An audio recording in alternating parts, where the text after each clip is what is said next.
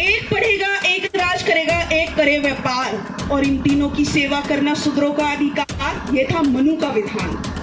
और सब पढ़ेंगे, सब राज करेंगे, सब करें व्यापार, और अपनी अपनी सेवा करें सब, ये है बाबा साहेब का संविधान। या जिस तुलसीदास ने नारा दिया कि ढोल गवार शूद्र पर सुनारी है सब तारण के अधिकारी, तो हमने उस नारे को ही बदल दिया और हमने कहा ढोल गवार, मनुवादी और घोड़ा, इनको जितना पीटो उतना थोड़ा। नंबर 13 में मनुवाद की तेरावनी कर दी। आर्टिकल नंबर 13 में मेरी बहनें इतनी अंधविश्वास में है, इतनी पाखंड में है, इतनी अनपढ़ है कि उनको फेसबुक, इंस्टा और व्हाट्सएप चलाना नहीं है। आपने मुझे 4 लोगों का टारगेट किया है, मैं इसमें 0 लगाने का काम करूंगी, चाहे वो 40 हो, 400 हो, 4,000 हो, 4 लाख भी हो कि आपके बच्चे आपको भगवान माने, तो पत्थरों की मूर्ति को भगवान मानना बंद कर दीजिए, क्योंकि आप उनकी सबसे बड़ी भगवान है, आपसे बड़ा कोई भगवान नहीं हो उसके लिए।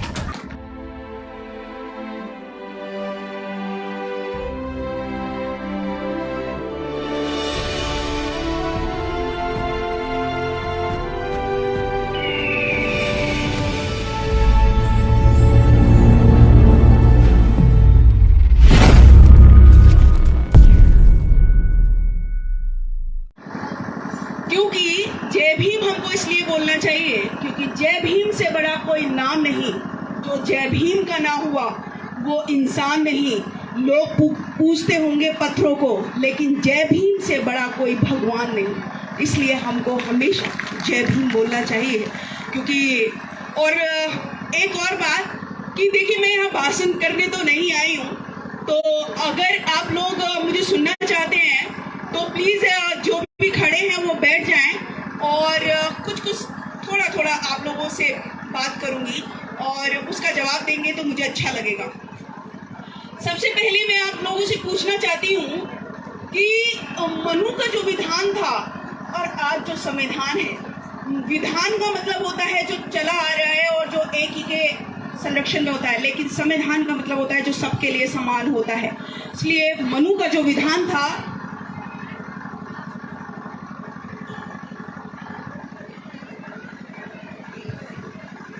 वो था, एक पढ़ेगा, एक राज करेगा, एक करे व्यापार, और इन तीनों की सेवा करना शूद्रों का अधिकार, ये था मनु का विधान। और सब पढ़ेंगे, सब राज करेंगे, सब करें व्यापार, और अपनी अपनी सेवा करें सब, ये है बाबा साहेब का संविधान। तो हमको इक्वलिटी, हमको समानता अपने अंदर स्थापित करनी होगी। और आप लोगों से एक सवाल पूछना चाहती हूँ, अगर आप ईमानदारी से उसका उत्तर दे तो आप मुझे बताइए कि बाबा साहेब से बड़ा कोई भी इस धरती पर विद्वान है क्या? बताइए, बाबा साहेब से ज्यादा पढ़ा लिखा इस पूरी दुनिया में कोई है क्या? तो बाबा साहेब से बड़ा हितैषी हमारा इस दुनिया में कोई है क्या? नहीं ना। वही बाबा साहेब जो हमको 22 प्रतिज्ञाएं दे गए। अब हम कहते तो हैं कि हाँ, बाबा साहेब से बड़ा कोई विद्वान नहीं है, कोई पढ़ा लिखा नहीं है और कोई हमारा हितैषी भी नहीं है, लेकिन क्या हमने उनकी बात को माना? क्या हमने उनके बताए हुए रास्ते को फॉलो किया? नहीं किया। और जो बाबा साहेब अपने 3 गुरुओं को मानकर चले गए, जिन्होंने इस देश को और इस भारत की नारियों को और भारत की जनता को, जो अछूत थे, जो पिछड़े थे, जिनको कोई अधिकार नहीं था, उनके लिए पूरी जिंदगी उन्होंने लगा दी, और उन्हीं की बात को हमने नहीं माना। क्योंकि ये जो भारत देश है, ये क्रांति और प्रतिक्रांति का भारत रहा है। तो सबसे पहले तथागत बुद्ध आए, तथागत बुद्ध ने क्रांति की, धम्म क्रांति, और मनुवादियों का जो राज था वो 100% से घटाकर 2% कर दिया। तो धम्म पूरे भारत में फैल गया और धम्म की तरह ही लोग जीने लगे, सबको समानता मिलने लगी, महिलाओं को अधिकार मिलने लगे। लेकिन मनुवादियों को वो रास नहीं आया, और एक फिर हुआ पुष्प सिंह मित्र, जिसने क्रांति की क्या करी? पिट्टी क्रांति की और उसने बुद्धिज्म को खत्म किया।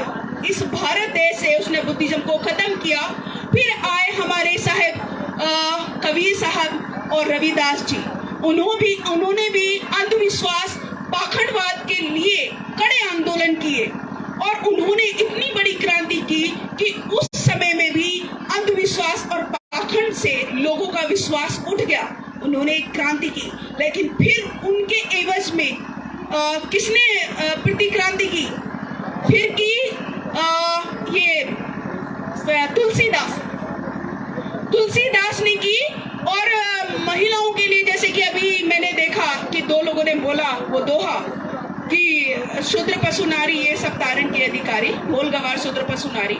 लेकिन मैं समझती हूँ कि हमने ये जो मुहावरा है, क्योंकि हमने देखा कि जितने भी पुरुष हैं वो भी मतलब महिलाओं का शोषण करते हैं।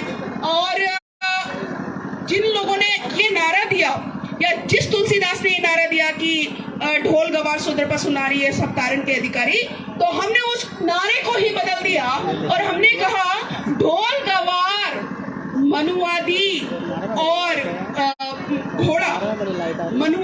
मनुवादी कोई भी हो सकता है, ये जरूरी नहीं कि मनुवादी सर्वनी होंगे। मनुवादी कोई भी हो सकता है, SC ST OBC में से भी मनुवादी हो सकते हैं। मनुवादी का मतलब होता है जो अपने समाज को आगे न ले जाकर पीछे खींचते हैं, जो अपने समाज की हाथ पकड़ने के बजाय टांग खींचते हैं, उनको मनुवादी कहते हैं।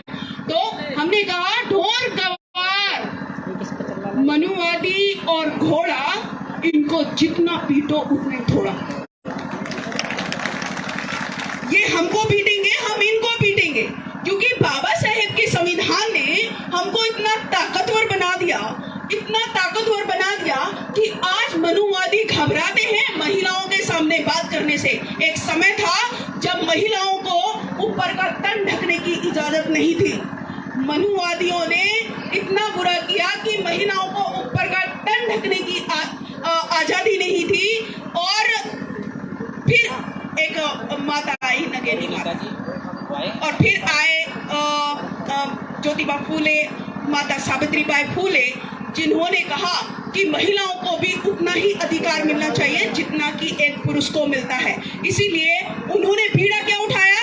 उन्होंने बीड़ा उठाया कि जो आज तक महिलाओं का शोषण करते आए हैं, उन्होंने उन सभी कुरीतियों को दूर किया, यानी कि विधवा विवाह भी उन्होंने करवाए और महिलाओं को जो शिक्षा लेने का अधिकार नहीं था वो शिक्षा उन्होंने दिलवाई। और जिस शिक्षा के बलबूते आज हम यहाँ पर पहुंच पाए। तो हमारा अगर किसी पे हमारे ऊपर जो कर्ज है वो किसका है? हमारे महापुरुषों का। और हमने उन्हीं को भूल गए, हमने उन्हीं को छोड़ दिया और ऊपर वाला कहते कहते हमारी जान नहीं थकती। और ऊपर मैं आपको बता देती हूँ कि ऊपर कौन है? ऊपर है दिमाग। क्योंकि अगर किसी का ये खराब है, ऊपर वाला खराब है, तो उसका सब कुछ खराब है। और अगर किसी का ये सही है तो उसका सब कुछ सही है। तो ऊपर कोई नहीं है, ऊपर कोई भी नहीं है। ऊपर अगर कोई है तो वो दिमाग है। लेकिन हमको मनुवादियों ने भ्रमित किया और ऊपर कह दिया कि ऊपर ईश्वर है। और उसी ईश्वर जिसकी हम आज, हमारा समाज आज जिसकी पूजा कर रहा है, जिन पत्थरों की मूर्तियों की पूजा कर रहा है, एक भी इंसान अगर यहाँ पर ये बता दे कि उनको उनके भगवान, उनके ईश्वर ने, उनकी कृपा से उनको कुछ मिला है, तो मैं उसको 5 करोड़ रुपए तो मैं ही देकर जाऊंगी। मैं कोई भी साबित कर दे कि आज भगवान की कृपा से मुझे ये मिल गया, तो मैं कहती हूँ कि मैं उसको इनाम जरूर दूंगी। लेकिन कोई भी ऐसा नहीं है, क्योंकि आज से अगर हम, बहुत दूर की बात मैं नहीं करती, लेकिन आज से अगर हम 95 साल पहले की बात करें, यानी कि 1932 से पहले की अगर हम बात करें, तो किसी को भी मतलब शूद्र जाति में किसी को भी पढ़ने नहीं दिया गया, किसी को भी महिलाओं को आगे नहीं आने दिया गया। वो तो शुक्र है कि बाबा साहेब ने हमारे लिए काम किया और 1932 में गोलमेज सम्मेलन से, लंदन से दहाड़ कर हमारे लिए अधिकार करके हमको अधिकार दिलवाए, नहीं तो हमको तो जीने का भी अधिकार नहीं। आज जिनको हम भूल गए, अगर हमको याद ना हो तो उन्हीं लोगों ने जिनकी हम पूजा कर रहे हैं, हमें होते ही मार दिया जाता था और हमारे गले में अफीम चिपकाकर हमको दूध गड्ढे में दूध भरकर उसमें डुबो दिया जाता था। जीने तक का अधिकार नहीं था। लेकिन बाबा साहेब आए और हमारे लिए इतना काम करके चले गए कि आज हम ऐसे ऐसे मंचों पर बैठकर दहाड़ रहे, क्योंकि बाबा साहेब कहते हैं कि शिक्षा वो शेरनी का दूध है जो पिएगा वही दहाड़ेगा। तो बाबा साहेब ने, माता सावित्रीबाई फुले जी ने और ज्योतिबा फुले जी ने हमारे लिए शिक्षा के द्वार खोले, और मैं अधिकार और कोई हो नहीं सकता। अगर शिक्षा है, क्योंकि शिक्षा सवालों को जन्म देती है, और अगर आप शिक्षित हो जाओगे तो आप अपने आप को इतना स्ट्रांग पाओगे कि आपके सामने कोई नहीं टिक पाएगा। लेकिन उसमें भी दो शर्तें हैं, क्योंकि शिक्षा ने सीबीएसई के सिलेबस से और आईसीएसई के सिलेबस से क्या हटा दिया, भूख हटा दी, क्योंकि वो नहीं चाहते कि हमारे बच्चों में भी वो संस्कार आए। इसीलिए मैं आपको कहती हूँ कि यदि आपको चाहिए कि हमारा बच्चा बड़ा होकर आईएएस, डॉक्टर, पीसीएस तो बने, लेकिन आईएएस, डॉक्टर, पीसीएस बनने के बाद भी कदम कदम पर उसका शोषण होगा। उसका लाइव एग्जाम्पल हम आज की जो राष्ट्रपति हैं उनको भी देख सकते हैं, और जो हमारे पिछले जो कोविंद जी हमारे चले गए राष्ट्रपति, हम उनको भी देख सकते हैं कि उनका पहले व्यक्ति होने के बावजूद भी उनको कैसे धक्के मिले थे। तो 1942 की अगर मैं बात करूं, क्योंकि बाबा साहेब ने 1913 में जब पहली बार अमेरिका गए तो उन्होंने एक कसम उठाई वहां की महिलाओं को देखकर कि यहाँ की महिलाएं तो इतनी आजाद है, पुरुषों के कंधे से कंधा मिलाकर चल रही है, और मेरे भारत की महिलाओं को बिल्कुल हुआ है, उनको न संपत्ति रखने का अधिकार है, न उनको बाहर निकलने का अधिकार है, न उनका विधवा विवाह नहीं कर सकते, और छोटी सी लड़की का विवाह यानी 15 साल की या 9 साल की लड़की का विवाह किससे कर देंगे, 30 साल के। तो ये सारे जब देखे बाबा साहेब ने, तो वहां पर एक कसम उठाई कि चाहे कुछ भी हो जाए, मैं अपने भारत की महिलाओं को आजादी दिलाकर रहूंगा, और वो बाबा साहेब ने किया कि नहीं किया ना। और आज हम उन्हीं को भूल गए। आज क्या हमारे बाप दादा या हमारे पूर्वज किसी ईश्वर की पूजा नहीं करते थे? क्या उस भगवान को हम पे तरस नहीं आया, या वो भगवान भी जातिवादी हो गया कि ये शूद्र है, ये SC ST OBC है, इनको कोई अधिकार नहीं मिलना चाहिए? क्या भगवान भी जातिवादी था? अगर भगवान भी जातिवादी था या भगवान भी जातिवादी है, तो हम क्यों मान रहे हैं उसको, जिसके नाम पर आज भी हमारा शोषण हो रहा है, उसी धर्म के नाम पर जो हमारा शोषण हो रहा है, हमको गुलाम बनाया जा रहा है, फिर भी हम उस धर्म को अपनाए हुए हैं। बाबा साहेब ने कहा कि हम हिंदू नहीं हैं, और ये बात वो कहकर गए और प्रूव भी करके गए।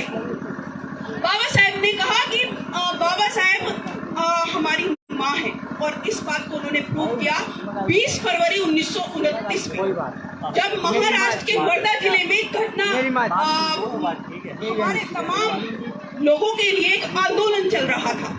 जब आंदोलन चल रहा था तो उसमें हमारे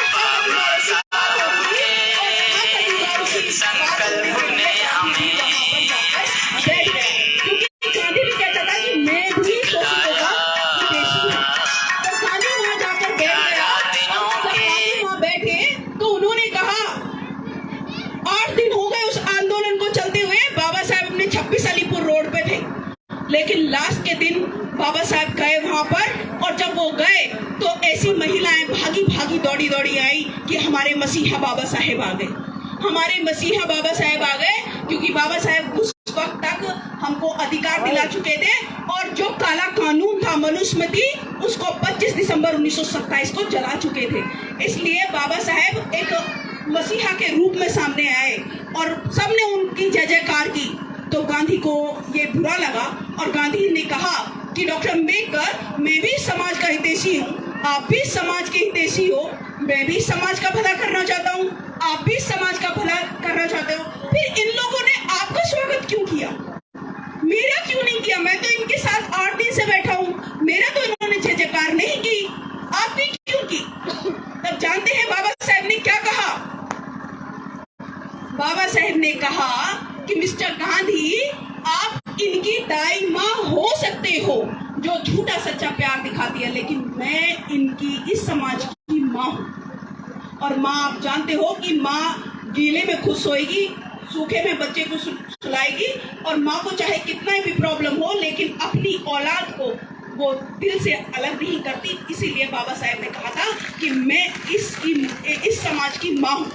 अब ये सुनकर गांधी जी दिल मिला गए और उन्होंने कहा कि डॉक्टर अम्बेडकर, आप मुझसे एज की नहीं, एजुकेशन की बात कीजिए, क्योंकि एज की जो बात करते हैं वो मूर्ख लोग करते हैं। इसलिए बाबा साहेब ने कहा। लेकिन हमने क्या किया? हमने तो उनकी बात को नहीं माना। बाबा साहेब रोते चले गए। उन्होंने कितनी बार रोए, बहुत, अगर वो सब उनको चुपके से देख रहे थे कि आज तक बाबा साहेब दुखी होते रहे, रोते रहे, लेकिन आज ऐसा क्या हो गया कि बाबा साहेब इतने खुश हैं? तो नानक चंद्रतु भी उनको देख रहे थे, और जब नानक चंद्रतु उनके पास गए, आधे घंटे उनको रुका नहीं गया, और आधे घंटे में जब बाबा साहेब के पास पहुंचे तो बाबा साहेब से कहा कि बाबा साहेब, आप आज तक इतने दुखी थे, सब कुछ आपने किया, लेकिन फिर भी आप दुखी हैं। आज ऐसा क्या हो गया कि आज आप इतने खुश हैं? तो बाबा साहब ने कहा कि नानक, कल से मेरा बनाया हुआ संविधान लागू हो जाएगा। और फिर नानक ने कहा कि आप ये तो कह रहे हो कि कल से आपका बनाया हुआ संविधान लागू हो जाएगा, लेकिन इसमें हमारे समाज का क्या भला है? इसमें हमारे समाज को क्या मिल जाएगा? तो बाबा साहब ने कहा कि मैं एक बात कह रहा हूं कि नानक, कल से इस देश में जितनी व्यवस्थाएं चल रही हैं वो सब जीरो हो जाएंगी, और अब कोई भी राजा नानी के पेट से जन्म नहीं लेगा। अब हर कोई राजा बन सकता है, ये बाबा साहब ने कहा। और बाबा साहब इसीलिए खुश थे क्योंकि वो जो सारी रजवाड़े थे, जो राजाएं थे, वो जो सब था, वो क्या हो गया था? जितने भी धर्म ग्रंथ थे, बाबा साहब ने अपने आर्टिकल नंबर 13 में उनको क्या कर दिया? यानी कि बाबा साहब ने संविधान के आर्टिकल नंबर 13 में मनुवाद की 13वीं कर दी। आर्टिकल नंबर 13 में ये बाबा साहब ने किया, लेकिन हम उन्हीं बाबा साहब को भूल गए, क्योंकि हम समझ ही नहीं पा रहे कि हमारे लिए, मैं ये कहती हूँ कि जिन ईश्वरों की, जिन भगवानों की हम पूजा कर रहे हैं, वो भगवान भी बाबा साहब से भीख मांग रहे हैं कि हमारा मंदिर बनवा दो, हमारी मस्जिद बनवा दो। और वही बाबा साहब ने बनवाया, और मस्जिद को भी जगह दी और मंदिर को भी जगह दिया। और हमको लगता है कि वो हमको कुछ देंगे, वो हमारे बाबा साहब से भीख मांग रहे हैं और हमारा समाज उनसे भीख मांग रहे हैं। तो दोहरा करें, कैसे हम इस समाज की तरक्की कर पाएंगे? अगर हम इस समाज को बदलना चाहते हैं तो बाबा साहब की एक बात को याद रखना पड़ेगा। 27, 28, 29 जुलाई 1956 में 3 दिन तक बाबा साहब अपने 26 अलीपुर रोड पर रोते रहे। 3 दिन तक लगातार रोते रहे।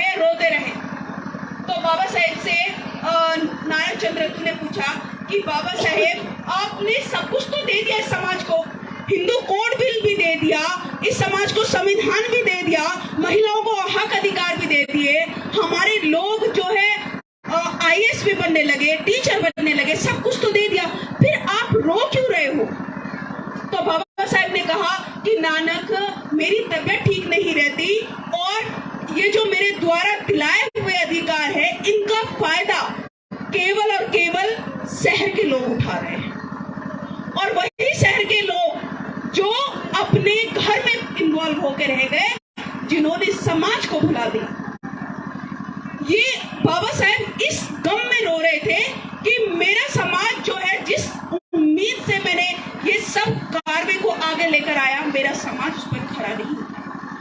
मैंने जब ये बात पढ़ी, क्योंकि last 2 year of doctor Ambedkar right में नानक चंद्र रत्तू लिखते हैं, जब मैंने ये बात पढ़ी तो मुझे समझ में आया और मैंने अपने आप से वादा किया कि बाबा साहेब, आपका सपना मुझे नहीं पता कि मैं कितना पूरा करूंगी, लेकिन मेरी आखिरी सांस तक मैं जन जन तक आपके मिशन मूवमेंट को, आपके विचारों को पहुंचा कर रही हूँ और वही मैं कर रही हूँ। क्योंकि मुझे लगता है कि आज बहुत सारे लोग हैं, मैं मानती हूँ कि आज सोशल मीडिया का जमाना है, लेकिन आज भी मेरी बहनें इतनी अंधविश्वास में हैं, इतनी पाखंड में हैं, इतनी अनपढ़ हैं कि उनको फेसबुक, इंस्टा और व्हाट्सएप चलाना नहीं आता। फिर उनको कैसे समझाऊं? उनको तो मैं वहीं जाकर समझा पाऊंगी ना। एक किताब मैंने और पढ़ी बाबा साहेब की, और उसमें लिखा था, बाबा साहेब की किताब थी डॉक्टर अम्बेडकर एक संघर्ष, और उसमें लिखा था कि मैं अपना अनुयायी उसी को मानूंगा जो अपने पूरे जीवन में 4 लोगों को जागरूक करे। बाबा साहेब ने कहा ये कि मैं अपना अनुयायी सिर्फ उसी को मानूंगा जो 4 लोगों को जागरूक करे। तब भी मैंने एक कसम उठाई कि बाबा साहेब, आपने मुझे 4 लोगों का टारगेट दिया है, मैं इसमें 0 लगाने का काम करूंगी, चाहे वो 40 हो, 400 हो, 4000 हो, 4 लाख भी हो सकते। तो हमको खुद से, अभी हमारा समाज कर क्या रहा है, सामने वाले पर उंगली उठा रहा है, वो ठीक नहीं कर रहा, वो सही नहीं कर रहा, वो ऐसा कर रहा है, वो ऐसा कर रहा है। कभी खुद के अंदर झांक कर देखा है कि मैं क्या कर रहा हूँ या मैं क्या कर रही हूँ? जिस दिन हम अपनी गलतियों को स्वीकार कर लेंगे, जिस दिन हम अपने आप से सॉरी बोलेंगे और जिस दिन हम अपने आप को पहचान लेंगे, उस दिन इस समाज का कुछ हो पाएगा। अदरवाइज दूसरों की बुराई करते रहिए, कुछ हासिल नहीं होने वाला। क्योंकि कार्ल मार्क्स के पीछे सिर्फ 14 लोग थे।